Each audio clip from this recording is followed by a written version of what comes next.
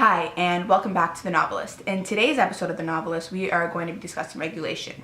Regulation is necessary in our society to ensure that markets run smoothly and our people, even our nation, are protected. However, what if it's taken to extremes? Is there such thing as too much regulation? What exactly is the happy medium? The idea of regulation is explored in the book Atlas Shrugged by the author Ayn Rand. Recently, we interviewed Ayn Rand to reveal her thoughts on regulation and her ideal society. Take a look. What were you hoping to reveal in your book? I constructed the world in Atlas Shrugged to be as similar to our current society as possible. An average citizen is meant to read Atlas Shrugged and be able to relate to its plot and setting. As a reader, one realizes that all these events could occur in America.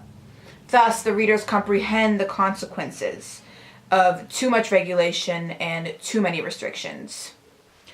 If you oppose a system of too much regulation, what is your ideal society? My ideal society is a laissez-faire system. This is a system where the people and the government are completely separate. The government plays only a minor role by keeping a few laws. Free will reigns in a laissez-faire system, which allows our mind to flourish without being restrained by governmental interference. So the government would be virtually non-existent. No, not at all. Government is necessary to keep law and order in our society and to guarantee certain rights. However, it would hold certainly less power than in Atlas Shrugged and hold less power than in the present. Mankind's ability to reason holds the key to our survival. It not only checks our government, but it also serves as a source of our own morality. When men fail to reason and to exercise their mind, society deteriorates. And how do you demonstrate this in Atlas Shrugged? In my book, the looters try to regulate society. They use violence instead of reason, and they do this to gain control over the producers. This irrational leadership and lack of reason therefore led to the complete destruction of society. Workers then turned into strikers, in which they withdrew their mind from the world. The human mind essentially symbolizes society. If the mind declines, so does society. Additionally, with more constraints on society, creativity, imagination, and innovation disintegrate, and with it, the economy. So if too much regulation were to occur, these would be the results. I think the results would be very similar. We have seen it in today's society. As I mentioned just a moment ago, people respond negatively when put under too much restriction. We have seen it since the dawn of time. When government prohibited women from voting or treating black people the same as white people, there were negative responses.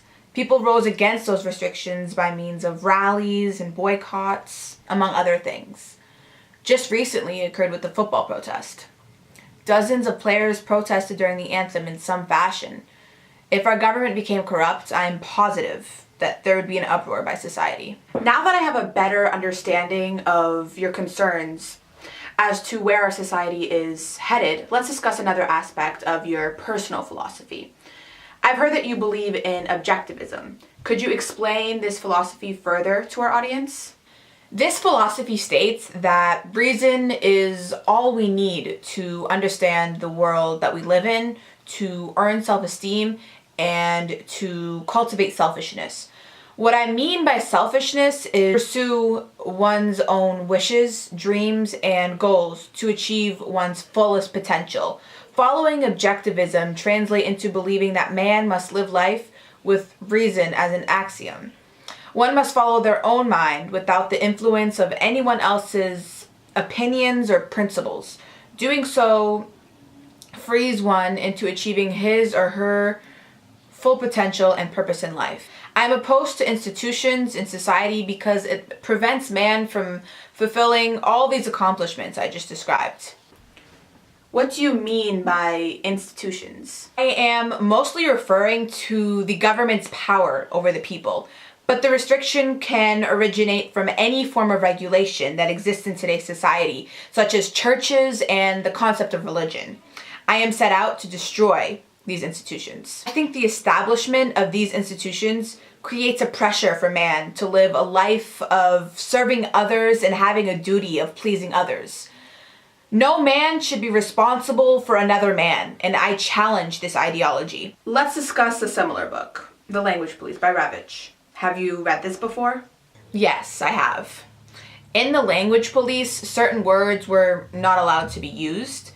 By limiting the vocabulary and language, it effectively handicaps the creativity and mental ability of the students. Topics that were seen as emotionally charged or controversial, such as abortion, death, religion, politics, magic, and evolution, were banned on tests. Furthermore, words that were deemed to be stereotyping and certain words or phrases such as sissy, tomboy, lady, co-ed, and manpower were also banned. It appears that Ravitch and I both fight for the same thing, intellectual freedom, which is impossible under strict rules and regulations. How did you convince the reader to agree with you? Constantly throughout the book, I wrote in a tone of opposition. I opposed society where a government strips the people of their individuality and their freedom. I hope by establishing this tone, it would create a mood of frustration and anger from the reader. What do you hope to teach the reader? I hope to demonstrate the negative effects of restrictions on a society. Hopefully, readers will see that a hands-off government creates an ideal government for a society because it allows for people to think and prosper on their own.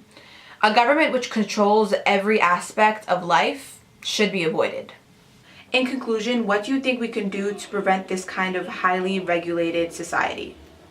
We can take two main steps. To begin, the importance of freedom of expression and individuality ought to be more emphasized in schools.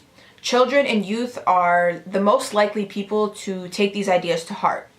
As they grow older, they will become more intolerant of laws and regulations that would restrict or downright outlaw the free flow of ideas and feelings. For example, after women were given the right to vote, these children were taught that women have the right to express themselves. Thus, when children see injustices and rights denied to women, they will most likely stand up to it because that's what they were taught. The same is true for our generation and the rights of African Americans. When children and youth are taught it's not right to segregate or discriminate others based on the color of their skin, it's clearly seen that these children have interracial friendship and even marriages.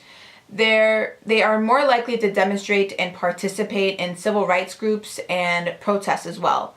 The same can happen if we instill the importance of keeping creativity and ideas unhinged and unregulated by society.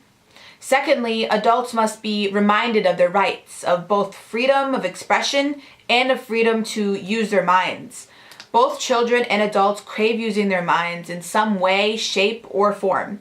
By providing outlets for creativity, there will be continual growth of the economy and collective individuality will be strengthened. More individuals in our society ought to be more aware and alert for anything that restricts freedom of thought or expression.